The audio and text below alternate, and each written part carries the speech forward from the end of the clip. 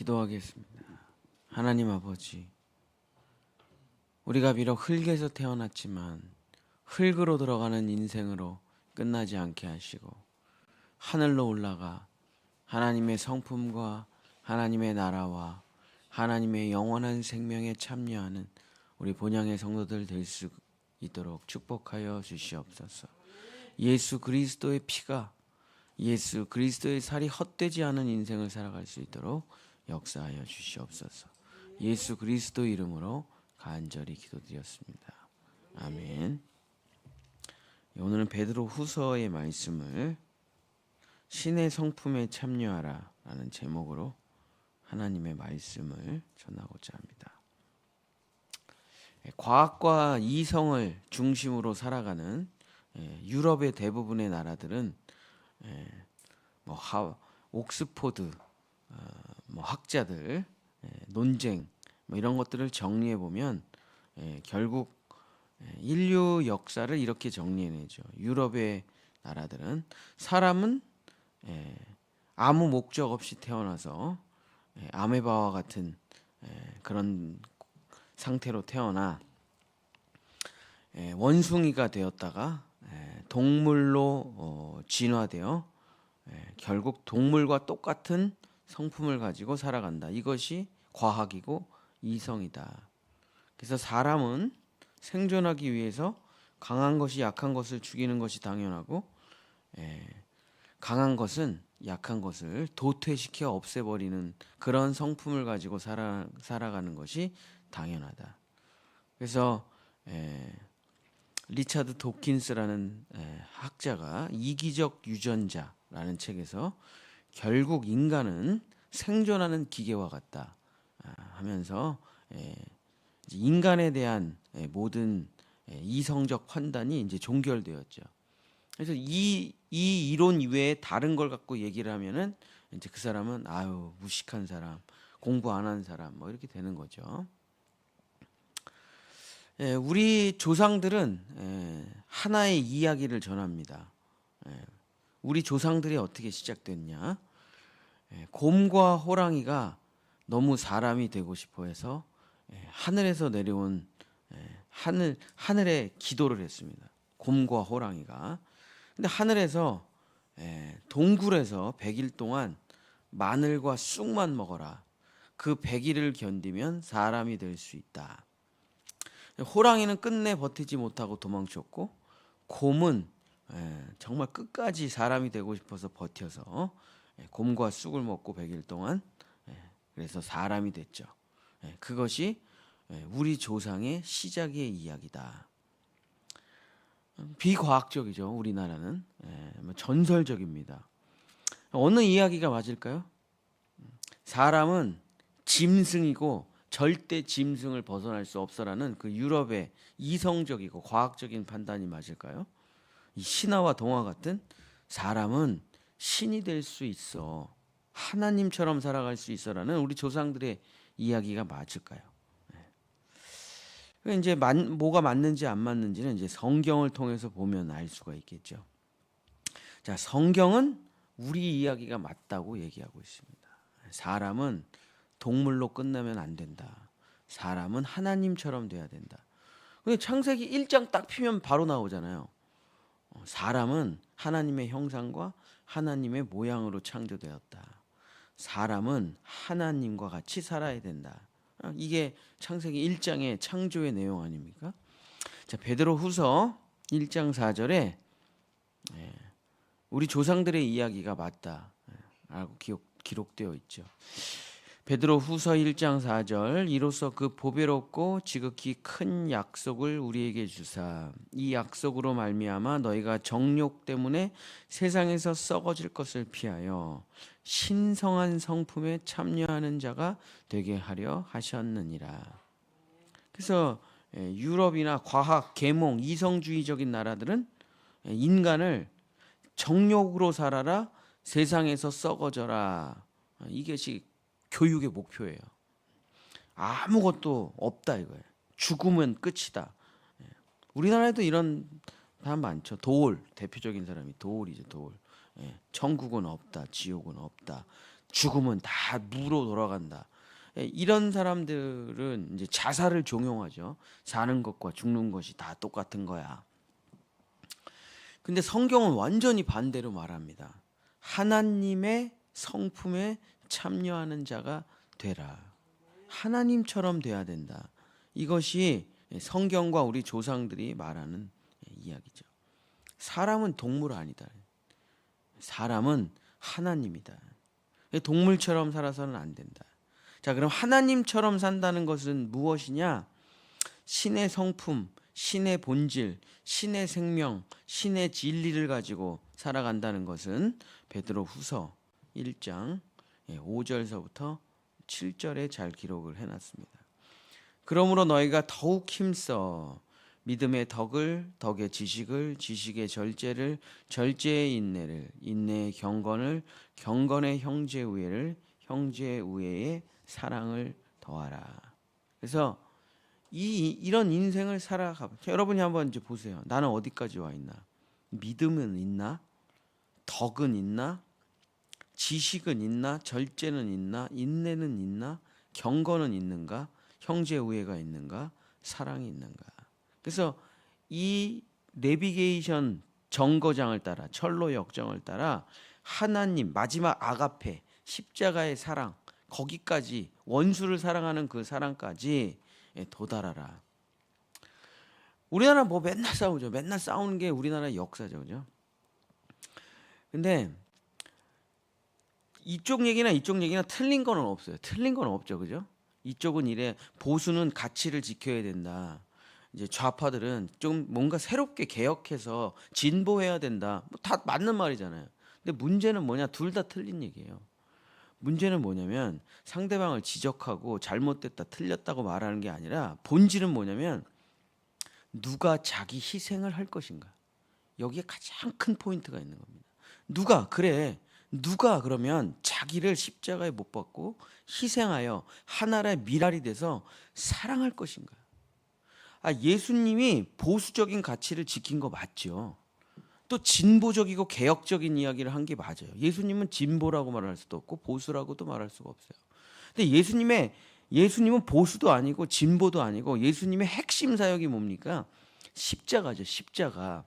십자가가 뭐예요? 원수를 위해서 자기의 생명을 바치는 거예요. 그러니까 기독교인의 본질이 뭐냐? 보수적인 가치를 지키는 거 중요합니다. 뭔가 개혁적으로, 뭔가 진보적으로 나가는 거 중요해요. 그러나 제일 중요한 거는 이쪽 저쪽이 중요한 게 아니라 누가 원수를 위해서 자기의 생명을 바치는 거예요. 자기의 원수를 위해서 자기의 생명을 바치는 사랑을 결국 이루지 못한다면, 하나의 미랄이 되지 못한다면 결국 아무것도 아니에요. 아무것도 아니야. 고린도전서 13장. 네가 평생 했던 거 아무것도 아니야. 울리는 꽹과리야. 아무것도 아니야. 그러니까 하나님처럼 산다. 신의 성품처럼 산다. 동물처럼 살지 않는다는 건 뭐냐? 결국에 그 사랑을 누가 완성하느냐. 하나의 미랄이 돼서 맨날 정죄하고 비난하고 서로 싸우고, 오늘 아침에도 이쪽 땅에서 붙인 현수막, 저쪽 땅에서 붙인 현수막이 새벽에, 오늘은 제가 아내 차를 타고 와가지고 온 길거리에 있는데 성탄절인데 너무 마음이 아프더라고. 상대방 욕과 저주를 보면서 평생 우리 자녀들이 이렇게 자란다는 게 너무 슬프더라고요. 사랑이 없어. 용서가 없어. 원수, 다른, 예수님도 이렇게 사셨잖아요. 너희가 아직 죄인 되었을 때에 내가 너희를 위해서 십자가에 죽어서 내가 너희를 얼마나 사랑하는 것을 확증하여 보여주셨다. 이 길을 걸어가지 않는다면 그리스도인이 아니에요. 결국에 싸움꾼이고 정쟁자고 상대방을 죽이는 거고 아무 의미가 없는, 사랑을 완성하지 못한다면 그냥 아무 의미 없는 선동가일 뿐입니다.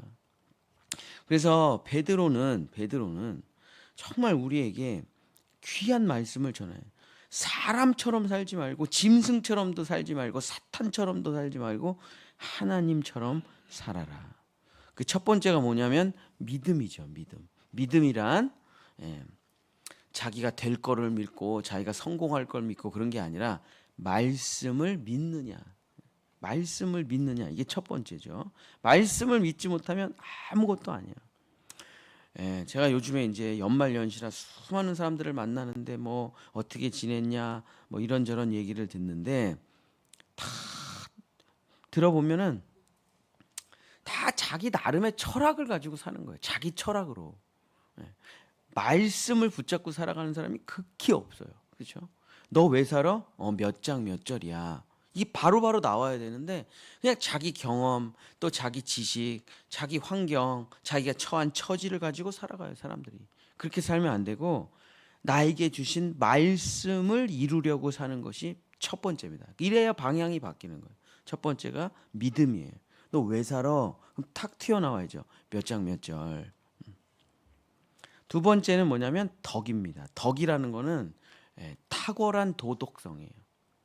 양심이죠. 살아있는 하나님을 향한 양심이 없다라면 사람이 하나님처럼 살아갈 수가 없죠. 그래서 누가 보던 안 보던 탁월한 도덕성, 하나님의 성정을 가지고 살아가는 것이 두 번째. 세 번째는 지식. 이 지식이 우리가 공부하는 지식 그런 지식이 아니라 참된 진리에 대한 알암. 영생은 곧 하나님을 아는 것. 진짜 성경을 읽어서 진리를 깨쳐야 돼요. 그래야 이쪽에도 속하지 않고 저쪽에도 속하지 않고 정말 좌로나 우로나 치우치지 말고 좌로나 우로나 치우치지 말라니까 중도라고 또 생각하더라고. 그런 게 아니라 좌나 이 세상은 무조건 좌 아니면 우예요. 그리고 이두저도 아닌 거죠. 하나님은 그런 세상 차원에 속하지 말라. 하늘에 속한 사람이 되라. 이것이 참 알을 갖는 거죠. 다 지나가는 거고 다 쓸데없는 거고 다 아무 가치가 없는 거예요. 하나님의 나라에 속해서 참된 하나님과 예수님과 성령님에 대한 알을 갖는 것. 이것이 가장 귀한 것이죠. 네 번째는 절제입니다. 자기 자신을 통제하고 자기 자신의 정욕을 십자가에 못 박는 것이죠. 다섯 번째는 인내. 소망을 가지고 끝까지 버티는 거죠. 말씀은 반드시 이루어진다. 하나님께 소망을 두고 하나님께 희망을 두고 살아가는 거죠. 여섯 번째는 경건입니다. 복음의 삶을 살아가는 거예요. 전도자의 삶을 살아가는 거예요. 일곱 번째는 형제 우애입니다. 그래서 그리스도인들이 서로 함께 가족처럼 소중하게 살아가는 것. 교회가 탄생되는 거죠. 여기서. 여덟 번째는 사랑이죠. 마지막 십자가의 사랑으로 원수를 위해서 하나의 밀이 되는 아가페를 완성하는 것. 그래서 참 재미있는 이야기죠. 100일 동안 마늘, 그 맵고 쓴 마늘을 먹는다. 그 쓰디 쓴 쑥을 먹으며 빛이 없는 공간에서 100일을 버티는 곰. 그래서 사람이 된다. 참 상징적으로 또 우리에게 주는 의미가 있는 것이죠. 그래서 정말 마귀처럼 살지 말고 하나님처럼 살아라. 동물처럼 살지 말고 하나님처럼 살아라. 사람처럼도 살지 말고 하나님처럼 살아라. 이것이 베드로가 자기 성도들에게 마지막으로 주는 메시지가 되는 것입니다.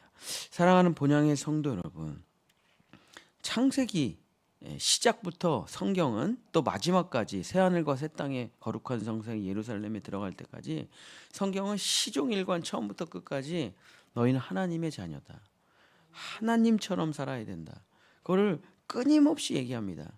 사자는 하나님처럼 살 수가 없어요. 소는, 개는 하나님처럼 살 수 없습니다. 하나님처럼 살 수 있는 유일한 존재는 사람밖에 없어요. 그래서 그 예수 그리스도가 자기의 생명과 자기의 나라와 자기의 성품을 우리에게 십자가에서 선물로 주신 것은 바로 이 목적을 이루기 위해서죠. 사랑하는 본향의 성도 여러분, 교회를 다니면서 자기의 목표가 참 좋은 사람이라면 성경을 모르는 거죠. 진리를 모르는 겁니다. 이 땅에 태어나서 가족 행복, 뭐 아이들 잘 키우고 뭐 그게 중요하지 않다는 게 아니라 거기가 끝이면 아무 의미, 교회 안 다녀도 돼요. 그 정도는. 그러나 우리의 목표는, 우리의 꿈은, 우리의 소망은 마침내 하나님처럼 돼서 하나님과 함께 영원히 사는 겁니다. 근데 네 존재가 하나님이라고 말하는 건 아니에요.